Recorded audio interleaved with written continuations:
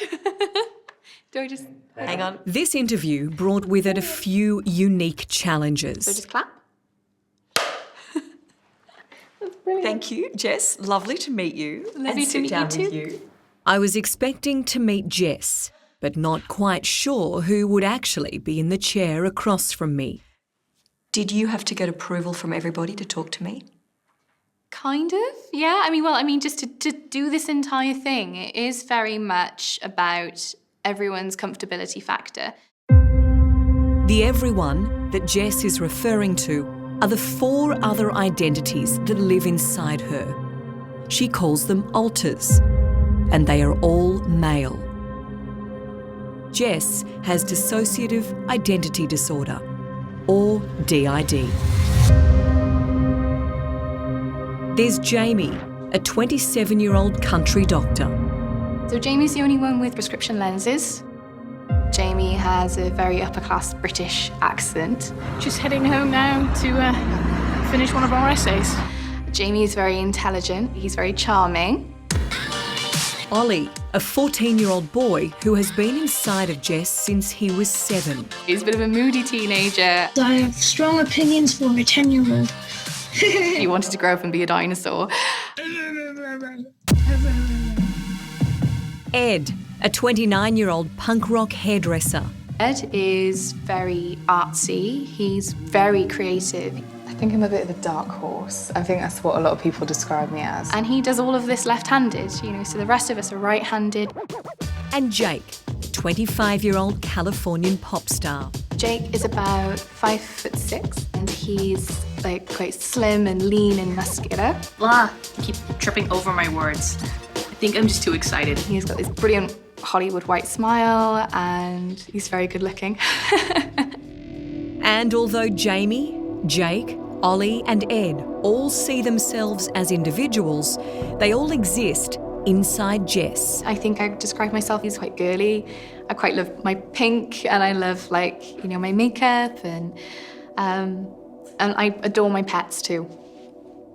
How do you manage your day so that everybody has their own time and their own space? There is a structure. It would be that one of us, whoever it may be, is up in the morning. Generally, it's Jake that likes to take the dog out for a walk and go out for a bit of a run in the morning.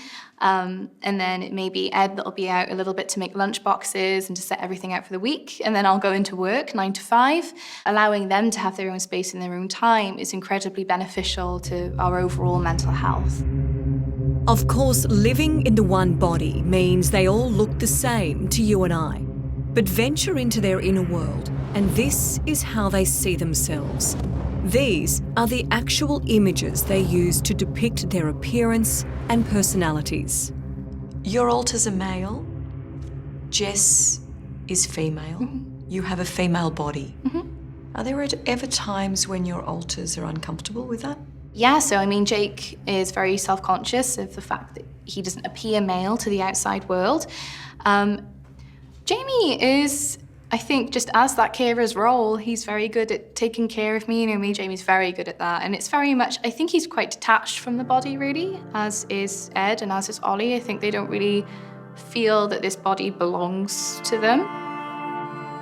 Jess developed her male identities as a way to protect herself after a traumatic event as a child, something she won't go into detail about. Is it unusual for all of your alters to be male? I think having males around all day, every day in my brain really helped me desensitize myself to being afraid of men. I thought, if I was a boy, what happened to me wouldn't have happened.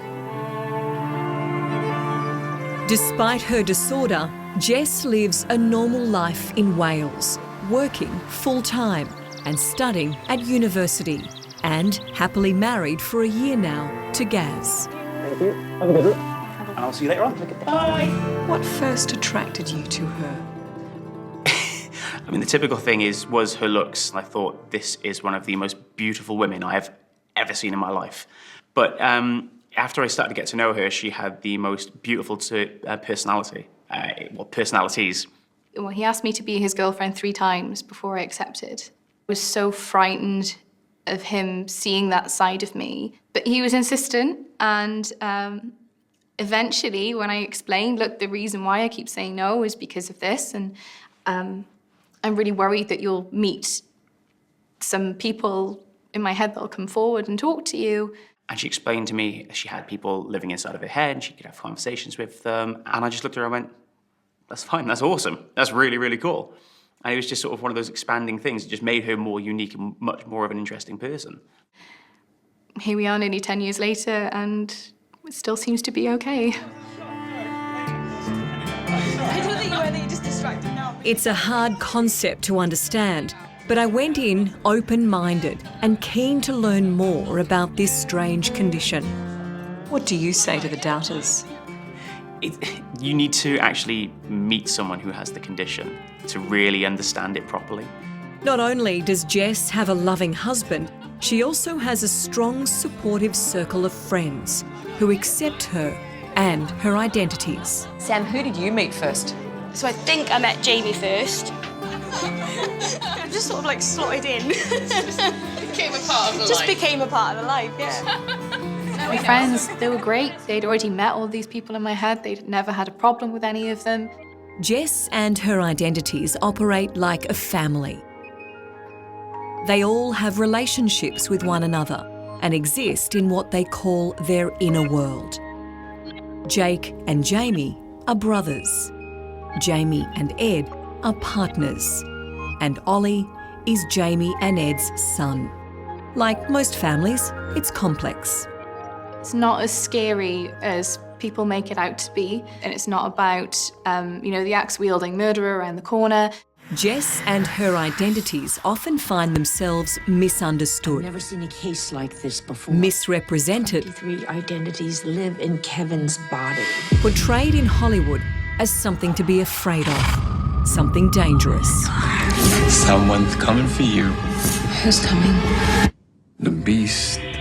Nobody's going to hurt you. Alters are very, very unlikely to harm you. And as with any mental health condition, the likelihood is that people with mental health issues are more likely to be victims than perpetrators. But for years, it also confused and terrified her. I'd end up in places that I didn't know where I was, and I didn't know how I ended up there. And I remember one day I was like in a dress with the highest of heels on. I had blisters all over my feet. It was raining, and I had no idea where I was or how I'd gotten there. Jess struggled to be believed and to get the help and diagnosis she needed. Until she met Dr. Remy Akoroni, a psychotherapist who specialises in DID. The condition is, you could say it's the most primitive, fundamental survival system, which nearly always applies to overwhelming experiences for children growing up, usually from a very early age. Those extreme situations where you are powerless, when you are in extreme life-threatening situations, which the brain, in a sense, can't deal with. Meeting Remy was honestly the biggest relief I've ever had in my life. And when he basically said, yes, you without a doubt have DID and this is what you've been suffering with, hopefully that means I'll be taken seriously from now on. And people will start to recognize that this isn't just something made up, this isn't just something on television, this is something in real life that I have to suffer with daily. With Remy's help, Jess learned to manage her identities and create a healthy, functioning family. She had an awareness of different alters inside. She was having to negotiate with them because it's a bit like a family. If you ignore them, if you've got a family and you keep ignoring your children, they will eventually start making life difficult for you. Keen to meet the members of Jess's unique family, the next morning, Jamie invites me over. Hello. Hi. I'm Jamie, nice to meet you. I'm Mel, nice to meet you. Come on in. Thank you. It's striking how very different Jamie is to Jess. Come on, Fable. In you come. His accent, Gaz was telling me that you were devastatingly handsome. I am devilishly handsome. The best, actually. his mannerisms. So, yeah. Describe yourself to me physically. About 5'10", blonde hair, green eyes, a bit of a Prince Charming type, I think. My role is basically sort of like a caretaker. So I'm also like the number 2 next to Jess. Like I sort of make the decisions, make the choices, and I just look after us. The youngster in Jess's inner world is Ollie. I like video games and I like YouTube people. He's a teenager. I like taking my bike out at the moment. But this boy is living inside the body of a grown woman. And what do you see when you look in the mirror? I see Jess, but I don't know. Like if I don't look in a mirror, I know it's me. But if I look in a mirror, I see someone else that isn't me. Can you paint me a picture of your inside world? Yeah. We live in this really nice big house. I go to a private school, and yeah, it's just really nice. Now, Jess and her alters, for the most part, operate like a well-oiled machine. But that doesn't mean that sharing her life and body with 4 other men isn't challenging. Who has control? Who makes decisions? Who has memories of things that have happened and who doesn't? They are all present to varying degrees, and Jess has a simple way to explain it. Yeah, so I always say DID is very much like driving a car. Imagine your car is the body, and whoever's in the driver's seat is driving the body, right? Co-consciousness is where there is more than one of you in the car. I can either be driving and be taking control of it. I could be in the passenger seat and sort of have an idea of what's going on. Or I could be in the back seats where I have much less control and much less idea of what's going on. Or I can be in the boot where I have like no memory at all of what's happened or what's gone on. Are there signals? Can you feel that one of your alters is maybe coming forward? You get that ping of something's not quite you. It can be even the fact that maybe if Ed's around, I realise I'm using my left hand a lot more. Or it could be, if Jamie's around, my eyesight's starting to go a little bit blurry. Or it can be even cravings for foods that I don't really like, and that means to me, oh, well, somebody else must like that, and I don't know, maybe I don't know who it is, or maybe I do. But those are sort of the clues that I look out for.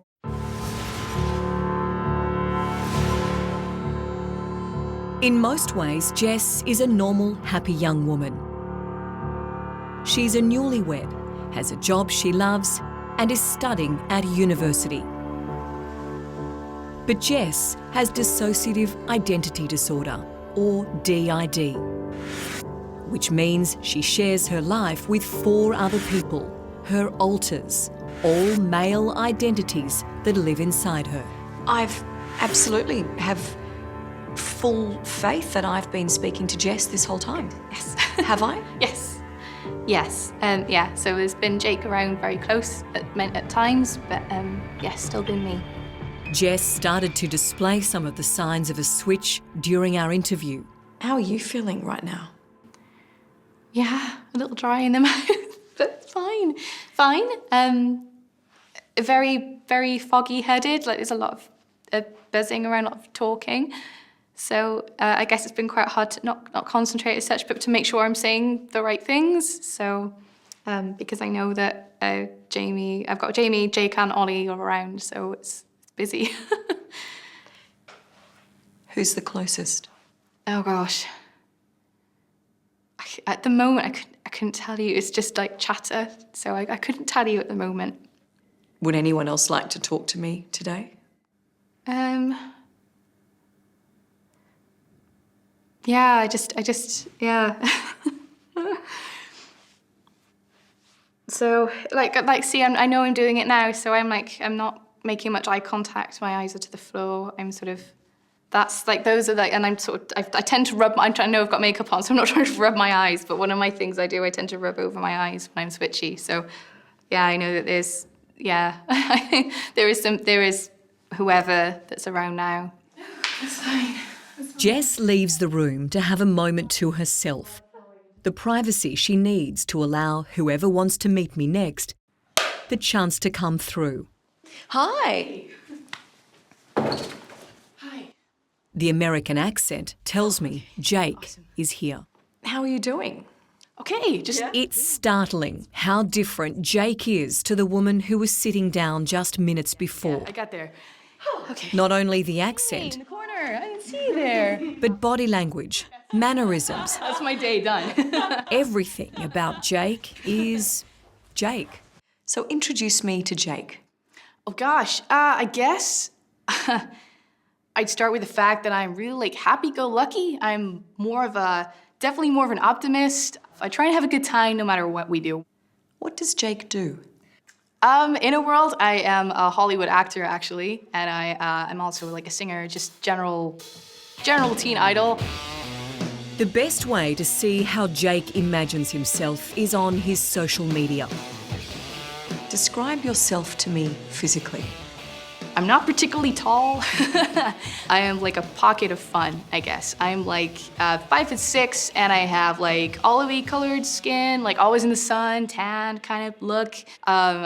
I have bright white teeth and bright blue eyes and brown fluffy hair that's kind of always spiky at the front. I'm not quite sure how to word this, but you've described yourself to me, and the person I see is quite different. What do you see when you look in the mirror? Do you only see Jake? When I look down and I concentrate, I know that I can see the wedding rings and stuff that certainly aren't worn by me, and that it's almost like a reality check. It's if I don't think about it, I see me. Jess has a friendly relationship with her male alters, Jamie, Jake and Ollie. But the one who has always caused her anxiety is Ed. He is the only one I haven't been allowed to meet yet. Has Ed ever tried to hurt you? Yeah, sometimes I come back and I would have self-harm scar marks, maybe my arms, wrists, legs, thighs, mainly on the thighs. And like I said, I just started, I guess, to put two and two together. And yeah, I think that was the start of things not being very well. It was only after days of getting to know Jess and her alters that Ed was ready to meet me. Once again, I had to introduce myself. Well, Ed, nice to meet you. Nice to meet you, Mel. What's your relationship like with Jess? My relationship with Jess is a bit of a rocky one, but we've been working on living harmoniously and getting there. And I like to think that we're doing all right. What makes it difficult? What makes it rocky?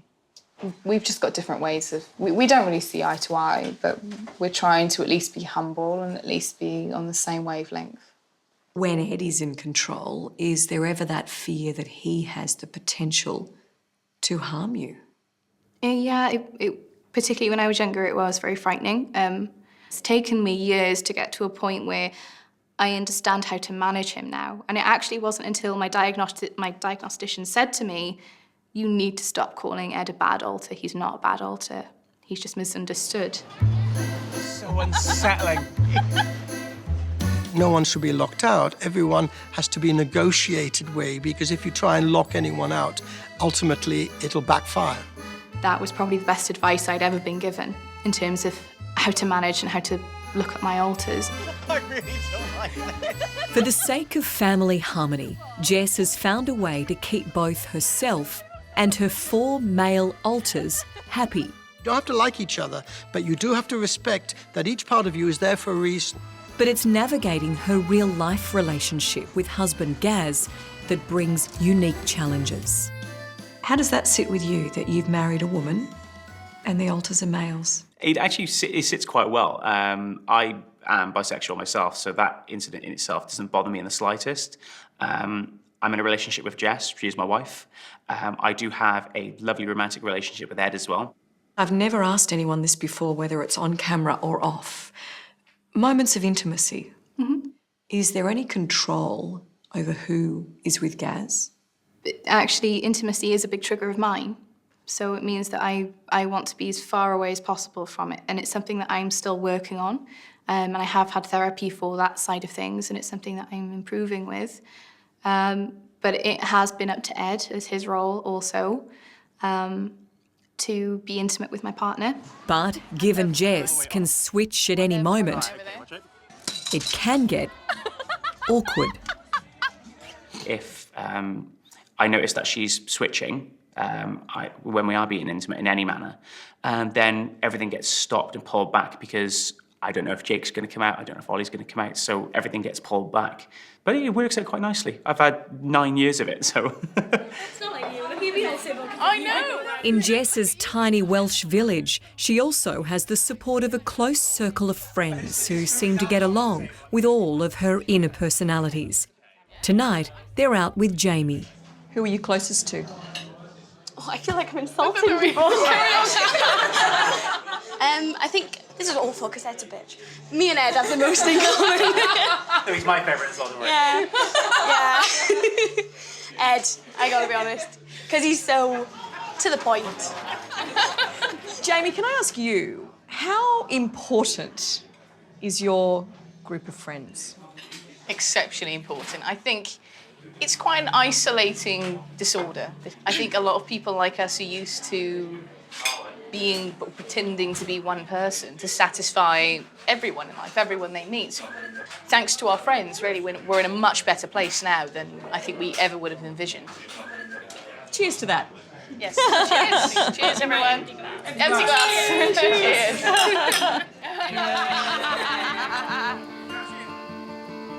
This is really nice, I like this. I really like this. Today, Jess and her alters have found a way to share their lives and keep the peace. So unsettling. Oh my God, the view though. Oh, that's gorgeous. Ow. I'm just being accepting of whatever happens, happens, and I'm hoping for the best and that we can work together and live together harmoniously. Oh my God, that's really quick. With Gaz by their side, they have a bright future ahead of them. Nice one again. Ready? Do you feel very loved? Oh, massively. I've got 5 people loving me at once, and it's the most beautiful thing. Gaz, pose to me. I love it. Just nice, actually, having 5 people come out that respect you as a person and actually love you, and that is the most beautiful thing. No wonder you married him. I know, he's amazing. Together, they can face whatever challenges life throws at them. Love you. Me too. All 6 of them. I think I'll keep you.